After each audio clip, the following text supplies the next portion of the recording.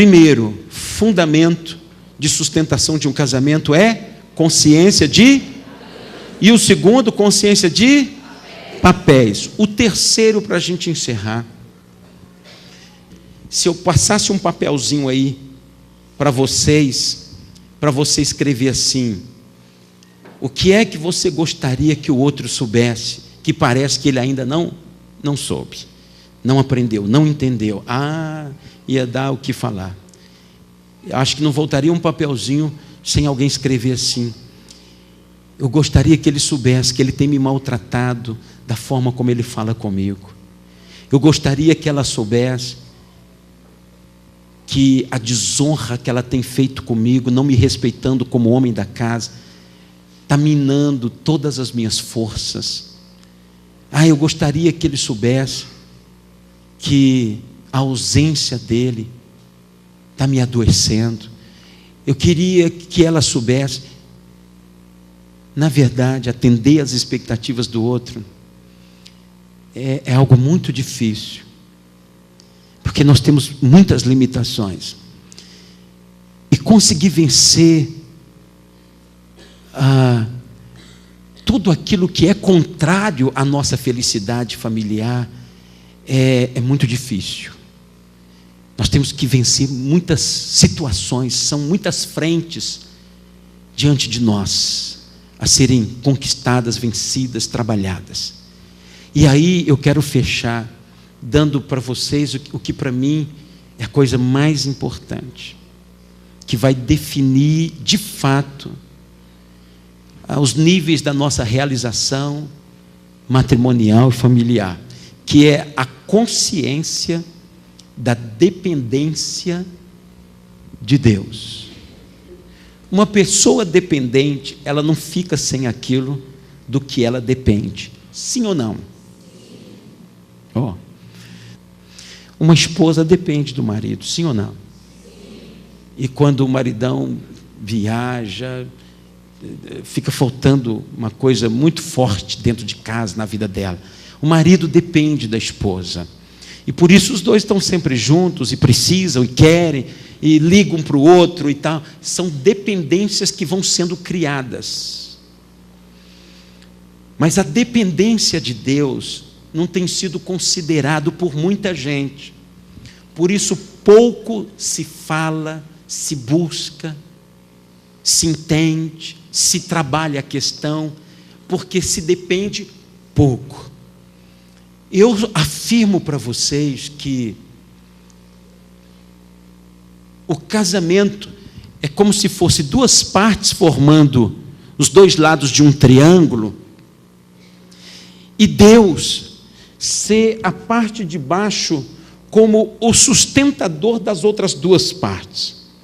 Quando essa parte de baixo que sustenta as duas partes, que é o marido e a esposa, é tirada, eles não se sustentam por muito tempo, e talvez até aguentam por muito tempo, mas aguenta de uma forma muito deficiente, muito dolorosa, está ali, mas podia ser melhor, não está como gostariam, não estão se realizando, porque sem essa sustentação dentro de um lar, dentro de um casamento, na vida do marido, na vida da esposa, essa família, ela está exposta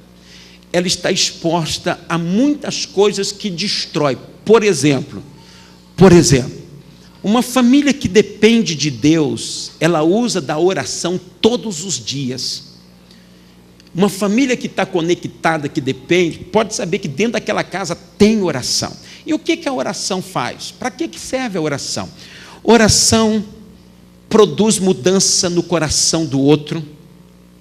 Oração traz um nível de paz no ambiente. Oração livra de ódio, de mágoa, quebranta o coração. Oração muda os pensamentos de uma pessoa. Oração pode interferir tanto no curso de um relacionamento, protege, livra do mal, não deixa cair em tentação. Eu poderia aqui falar de uma lista enorme do que oração faz. Olha como Jesus ensinou a orar, como o próprio Jesus orou, ensinou os discípulos. A tônica da Bíblia é oração, oração, oração, oração, mas oração só está presente, veja isso, só está presente quando aquela família tem consciência de dependência de Deus. Então, cada um sabe o que tem que fazer, mas também sabe das suas limitações, das suas incapacidades. Não está dando certo, não está conseguindo ser o que o outro espera, não está conseguindo ser o que precisa ser, não está conseguindo corresponder, não está conseguindo tratar. Opa, é nessas coisas que a gente não consegue que Deus entra em ação. Para as coisas naturais, para as coisas que todo mundo faz, é para nós mesmos, e ainda assim um bocado de gente não está conseguindo, mas tem coisa que a gente, por exemplo, quem aqui, não sei se posso perguntar, bom, responde se você quiser e se puder, se não for trazer nenhuma encrenca para você. Quem aqui já teve ódio do seu cônjuge, na sinceridade, levante a mão, de você não querer ver a cara da pessoa, de se você pudesse ir para a casa da mamãe e não voltava nunca mais? Já teve? As mãos estão começando a levantar. Se eu ficar aqui, mas não posso ficar muito tempo, né, gente? Cansa. Muitos aqui, 90% já viveram momentos que não tinha uma gota de amor, de vontade de estar junto, de vontade de falar, tinha vontade de desaparecer. Muitos, os que não passaram, ainda vão passar. Difícil um casamento onde já não teve momentos de níveis de decepção, de tristeza, de mágoa, sabe, tão grande que você olha para dentro de você e você fala assim, olha, eu estou com essa pessoa, não sei nem porquê. E tem momentos que essa coisa se agrava tanto, que se não houver uma intervenção divina, vai haver tanto ferimento, tanto maltrato, que pode chegar inclusive à separação. Quantos estão compreendendo? E aí você sabe o que acontece? Falta de consciência de Deus. Então as pessoas vão se firmando em quê? Vão se firmando em estruturas falsas. O Senhor Jesus, reconhecido por todos, Maomé reconheceu Jesus, Gandhi, Buda, todos os grandes reconheceram Jesus. Então esse Jesus, que é quem ele é, disse assim, Mateus capítulo 7, ele diz assim, todo aquele que ouve as minhas palavras e as pratica, será comparado a um homem, uma mulher sensata, inteligente, que construiu sua vida na rocha, sua casa na rocha. Subiram os rios, desceram as chuvas, sopraram os ventos e deram com ímpeto contra aquela casa, mas ela não caiu. Sabe o que Jesus está querendo dizer? Que quando uma pessoa estrutura sua vida em princípios bíblicos, queridos, desculpa, eu não sei em que você está construindo sua vida, sabe em que valor, em que confiança é a tua, mas eu vou te dar uma dica, se você quiser, você pode mudar e começar a estruturar ou reestruturar. Não, mas eu já tenho netos. Pois então eu vou te dar uma notícia, família não termina com a sua morte, família se estende para os filhos, para os netos. Suas conquistas não podem se limitar ao que você conseguiu.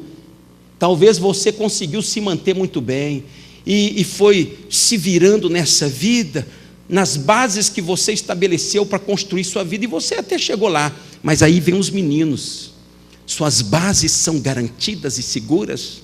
Tem muitos pais que pensam assim, ô mulher, leva os meninos para a igreja, leva, manda essa menina ir para a igreja, vai todo mundo para a igreja, eu deixo vocês lá na porta, mas o cara mesmo não vem não. Ele sabe que é bom, ele entende que é bom para a família, mas é bom para ele, e é bom que ele ensine isso com o próprio exemplo. Por quê? Porque ainda tem muita água para rolar, tem muita coisa para vir, tem muitos desafios, tem muitos ventos contrários. Uma avó que vê a tristeza na vida dos netos e dos filhos, é como se ela tivesse sido derrotada. Um pai que vê seu filho se dando mal na vida, é como se ele tivesse se dado mal. Então você está lançando uma base para muitas gerações. Qual é o legado, qual é a herança que você está deixando para os seus filhos? Sabe qual é a herança que eu estou deixando para os meus filhos? Eu construí na minha casa uma sala, escola, exclusiva para um encontro com Ele. Tem uma salinha bem feitinha, arrumadinha no lugar, para que eu visite aquele lugar, para que a minha esposa visite, para que os meus filhos visitem. Essa é a grande herança. A grande herança não é uma faculdade, não é dinheiro no banco, não é propriedades. Os pais, nos seus muitos papéis, eles estão focados na questão financeira. Eles gastam a vida toda por causa de uma cultura nacional, de que o homem é o macho, tem que botar as coisas em casa, não pode deixar faltar. Isso é um dos papéis. Tem um papel como pai, tem um papel como marido, tem um papel como sacerdote espiritual. Pode montar a família no padrão que quiser, nas bases que quiser. Aí talvez você me pegue de jeito agora e fale assim, esse discurso aí, eu tenho um argumento em cima desse discurso. Qual é? Tem gente que tem consciência de Deus, é até membro dessa igreja aqui, está divorciando. Eu te digo onde está o problema dele. Ele tem uma consciência parcial. Essa consciência parcial o trouxe, fez ele descer nas águas do batismo, vir no altar e casar com uma moça da igreja, com um rapaz da igreja. Essa consciência parcial fez ele dizer que é cristão e que segue os princípios da Bíblia, mas na hora de botar em prática o que está escrito, ele pula fora, ele pratica o que lhe convém. Esse daí não tem uma consciência completa da dependência de Deus. Quando você vê um cristão se divorciando, eu te digo o que é. Eles estão andando, a Bíblia fala assim, existe o caminho do espírito, existe o caminho da carne. O caminho da carne é briga, é violência, é porfia, é divisão, é facção, é ciúme, é inveja. O caminho do espírito é bondade, é longanimidade, é domínio próprio e tal. O cristão tem como proposta andar em espírito. Quando você vê um divorciando, é porque ou os dois são carnais, essa é a expressão nossa, são carnais. Se eu não tivesse a consciência plena da dependência de Deus, eu seria um péssimo marido, eu seria adúltero, eu seria violento, eu seria viciado, eu seria terrível. E você sabe, no dia 7 de setembro de 86, eu com 24 anos de idade, metade da minha existência, eu estou com 48, com cara de 35. Eu estava com 23 para 24 anos e alguém me falou desse caminho cuja sua consciência é de dependência de Deus. Eu entrei numa relação de dependência de Deus tão grande que eu havia me casado lá nos Estados Unidos, um casamento falso para ter o green card, a legalização dos Estados Unidos. Foi no mês de julho de 86. Quando foi setembro de 86, eu tive essa experiência de consciência de dependência de Deus. E eu falei, não, eu não vou depender de coisas erradas. Eu não vou depender de jeitinhos humanos, de falcatrua, de coisa enganosa. Ou eu entro numa relação de dependência de Deus, ou então eu tiro e aborto Deus da minha vida por completo e vou viver o que todo mundo vive. Quer saber o resultado final? Eu posso aqui hoje ter moral para chegar aqui e falar de casamento para você, falar de dignidade, de caráter, de vida equilibrada, sem vício e sem adultério.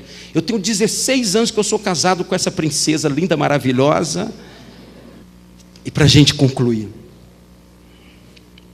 o salmista no Salmo 126 diz assim: se Deus não edificar a casa, em vão trabalham os que a edificam.